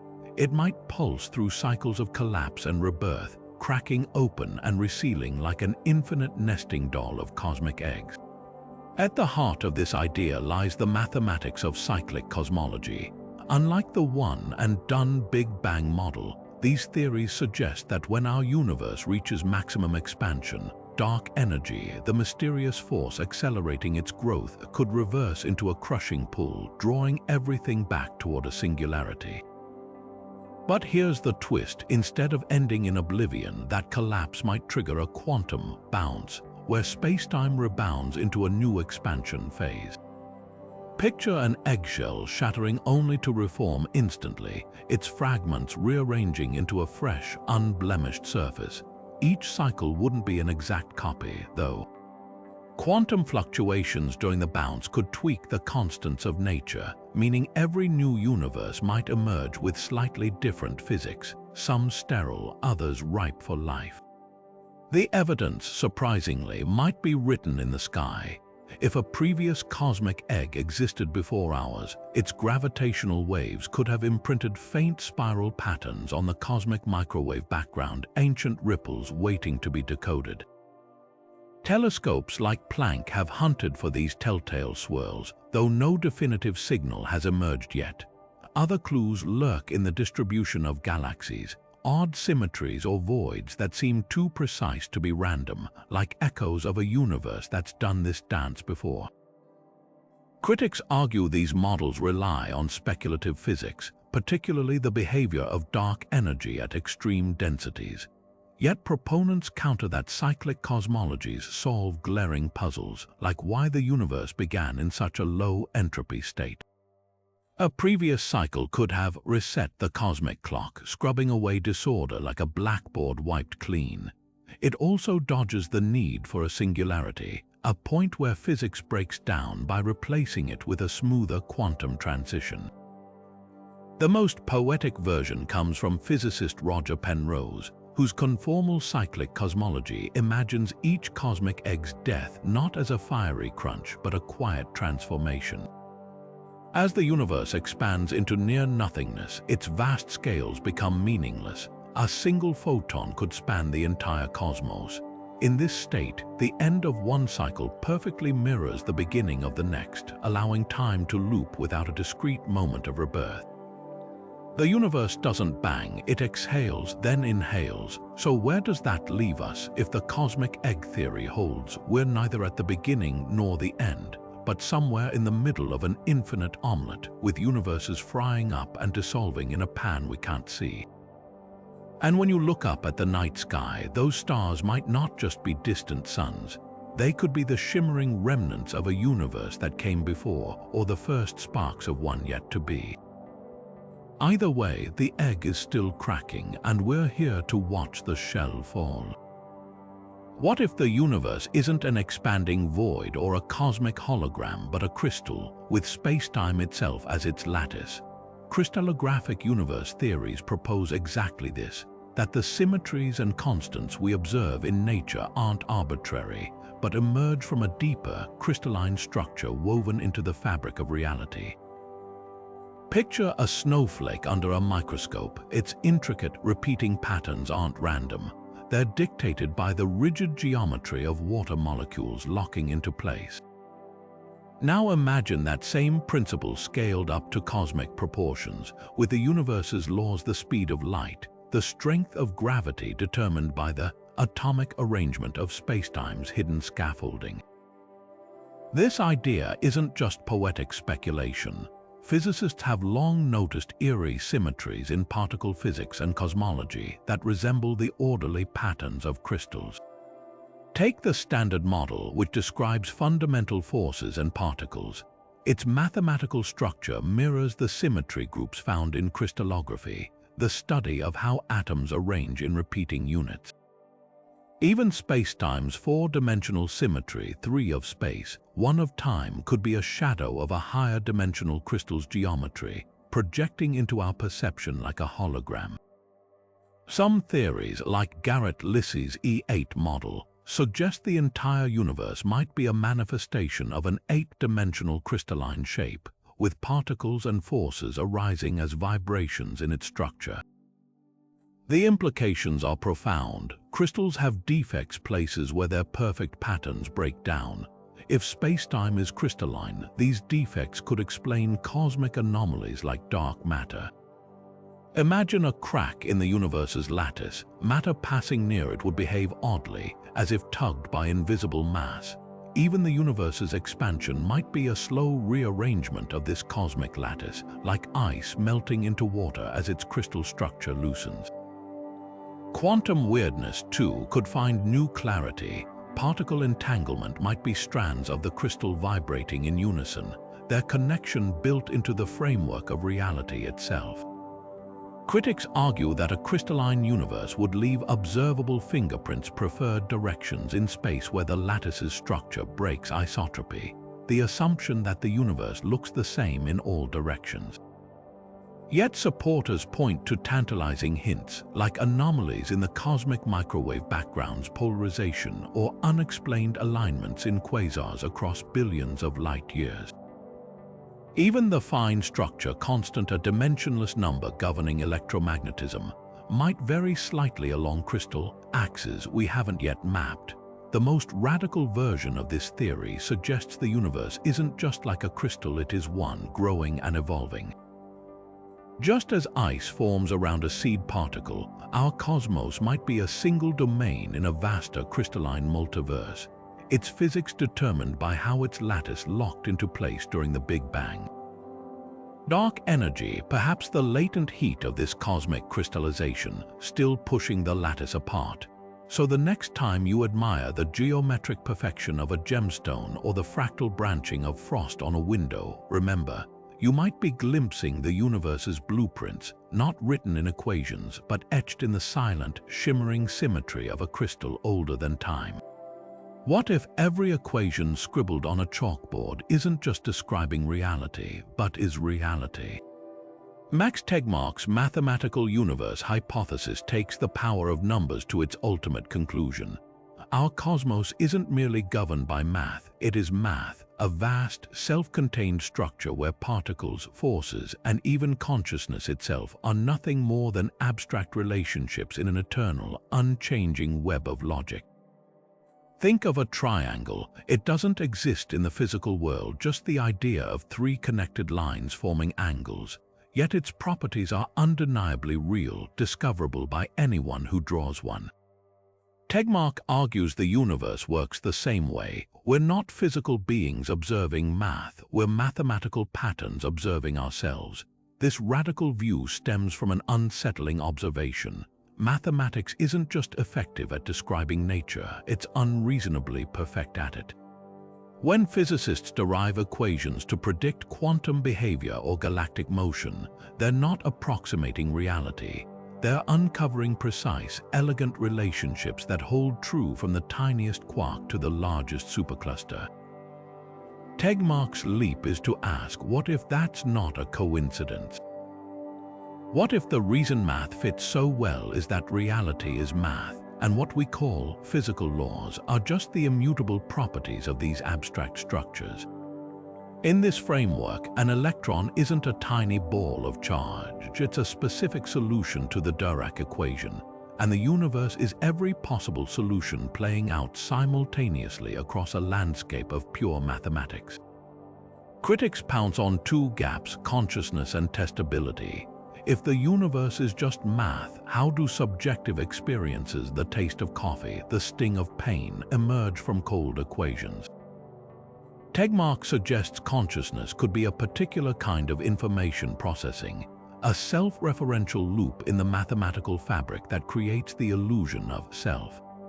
More damningly, skeptics argue the hypothesis blurs into metaphysics. How could we ever disprove that we're living in a mathematical structure? Tegmark counters that certain mathematical universes would leave observable fingerprints like exact symmetries in the cosmic microwave background or deviations in quantum probabilities that betray an underlying discrete structure. The implications rewire existential questions. If the mathematical universe hypothesis holds, our search for ultimate reality might be moot. There's nothing beneath the equations. No deeper substrate, no mysterious essence, just numbers dancing to their own tune. It also hints that every mathematically possible universe exists somewhere in the multiverse of math, from worlds with 11 dimensions to ones where time runs backward. We find ourselves in this particular equation not because it's special, but because its structure allows observers to arise and ask the question, so is this profound insight or elegant fiction? The debate rages, but one thing's certain. Tegmark's hypothesis stretches the boundaries of science until they squeak. Whether reality is made of math or merely described by it, the uncanny precision of numbers in explaining the cosmos remains one of existence's most tantalizing mysteries, one that might not have an answer so much as an endless proof. What if the universe isn't built from particles or waves, but from connections, a vast cosmic web where every star, every atom, even the fabric of space-time itself, is just a node in a quantum social network? This is the startling premise of quantum graph theory, where reality emerges not from solid matter, but from relationships like a trillion threads woven into the illusion of a tapestry.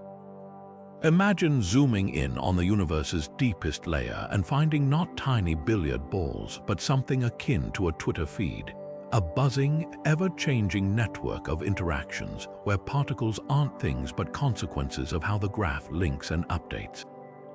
Your body, the chair beneath you, the light from your screen, all just temporary patterns in this infinite, shimmering web of quantum handshakes. Graph-based quantum gravity flips traditional physics on its head. Instead of space-time being a smooth, continuous stage where events play out, it's a dynamic network of nodes. Think of them as cosmic dots, connected by edges that represent quantum relationships. These aren't static lines, but throbbing, probabilistic links, flickering in and out of existence like cell phone signals in a crowded city. When enough nodes link in the right way, they create the illusion of space and time, the same way thousands of individual frames blend into the fluid motion of a movie. Mathematicians call this a spin network, where each connection carries a quantum of angular momentum, twisting and braiding until the familiar four-dimensional universe crystallizes from the chaos. The magic lies in how simple rules at the microscopic scale give rise to complexity at the cosmic. Just as social media algorithms turn individual posts into global trends, the quantum graph's local interactions generate gravity, electromagnetism, even the passage of time. Picture a crowd doing the wave in a stadium. No single person dictates the motion, yet a vast rolling pattern emerges. In this model, black holes might be densely connected hubs in the network, places where edges knot into gravitational storms, while dark energy could be the graph's natural tendency to expand, creating new nodes and edges as the universe evolves. Critics argue this sounds more like philosophy than physics. How do you test a universe made of relationships, yet supporters point to concrete predictions? If spacetime is a quantum graph, it should have a resolution limit, a pixelation scale where smooth geometry breaks down into discrete jumps. Experiments hunting for this graininess in high-energy gamma rays or ultra-precise atomic clocks could soon deliver verdicts. Others suggest that quantum entanglement, the spooky link between particles across vast distances, isn't spooky at all in this framework, just evidence of hidden edges in the graph, shortcuts woven into reality's code.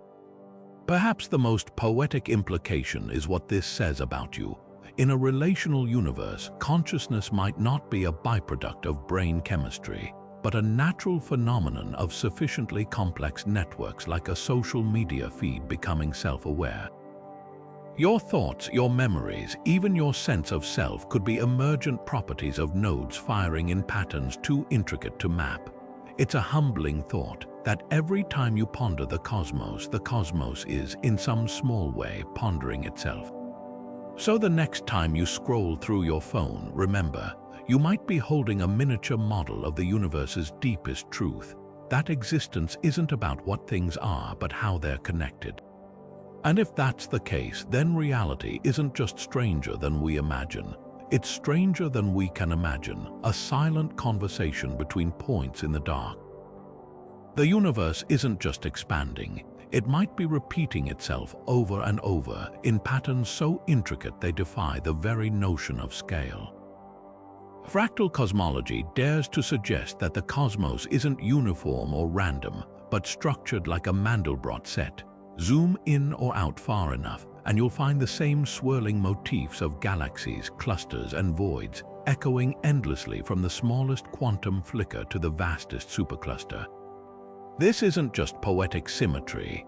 When astronomers map the distribution of matter, they find something uncanny. Galaxies clump into filaments. Those filaments twist into larger webs, and those webs mirror the branching veins of a leaf or the tributaries of a river. It's as if the universe is stuck in a loop, endlessly reciting its own blueprint at every conceivable scale. The cosmological principle, the idea that the universe looks roughly the same everywhere on large scales, has been a cornerstone of astronomy for centuries. But what if it's wrong? Fractal cosmology argues that matter isn't smoothly distributed but organized hierarchically, like a Russian nesting doll where each layer reveals new complexity. In the 1970s, Benoit Mandelbrot noticed something strange about galaxy surveys. No matter how deep astronomers looked, the clumps kept coming. Galaxies group into clusters, clusters into superclusters, superclusters into filaments stretching billions of light years, a pattern without end. Some analyses even suggest this fractal behavior continues down to scales as small as a few thousand light years, blurring the line between cosmic and quantum. Critics dismiss this as measurement bias or statistical noise. After all, if the universe were truly fractal, it would upend our understanding of dark matter, inflation, and even the Big Bang. Yet proponents point to stubborn anomalies. The Sloan Digital Sky Survey revealed voids in the cosmic web so vast they shouldn't exist in a uniform universe, some spanning over 1 billion light years, their emptiness echoing like caverns in space-time. Even the cosmic microwave background, that relic radiation from the Big Bang, shows faint hints of fractal fluctuations, as if the infant universe was already humming a self-similar tune. The implications ripple beyond astronomy. If the universe is fractal, then the laws of physics might be scale invariant, operating the same way in a galaxy as in an atom. Dark energy's acceleration could be an emergent property of this recursive structure, like the way a coastline's length changes depending on how closely you measure it. Even black holes might not be singularities, but fractal boundaries where spacetime folds into infinite complexity. But the most haunting possibility is this: if the cosmos is fractal, then somewhere, perhaps in the twist of a distant quasar or the spin of an electron, there's a pattern that mirrors the whole. A universe within a universe, repeating forever, like reflections in a hall of mirrors with no end and no beginning. What if every star, every atom, and every silent stretch of darkness isn't just part of the universe, but a thread in its mind? This is the heart of panpsychism, the radical idea that consciousness isn't a rare accident of biology, but a fundamental feature of reality, as intrinsic to existence as mass or charge. Imagine a cosmic tapestry where electrons hum with tiny whispers of experience, where galaxies might dream in slow, gravitational rhythms, and where the universe itself isn't a cold, mechanical void, but a vast, self-reflective entity awakening through the countless eyes of life. At first glance, this sounds like mysticism, but it emerges from a concrete problem, the hard problem of consciousness. Neuroscience can map how the brain processes stimuli, but no one can explain why raw experience, the redness of an apple, the ache of grief exists at all. Materialist science assumes consciousness emerges from complex computation, yet even the most sophisticated AI remains eerily silent inside. Panpsychists flip the script. What if consciousness doesn't emerge but was there all along, a property as basic as spin or charge? In this view, even the simplest particles might possess a faint proto-consciousness, and complex systems like brains don't create experience, they amplify it, like lenses focusing sunlight into fire. The implications are staggering. If panpsychism holds, the universe isn't just aware in some abstract sense, it might be engaged in an unfathomable act of self-discovery. Through every creature that senses and feels, the cosmos could be weaving a grand narrative, each thought and sensation a brushstroke in its self-portrait. Think of a dreamer who dreams of people who dream, except here, the dreamer is reality itself, and we're the fleeting characters through which it learns what it means to exist. Idealists take this further, arguing that consciousness isn't just fundamental, it's all there is. In their framework, the physical world is akin to a virtual reality rendered by a cosmic mind, with matter and energy as secondary projections of deeper mental processes. This isn't solipsism, it's a recognition that reality might be more like a thought than a thing. The equations of quantum mechanics, where particles exist as probabilities until observed, already hint at this. What if observation isn't just measurement, but the universe paying attention to itself? Skeptics scoff at the lack of empirical tests, but supporters point to evolving science.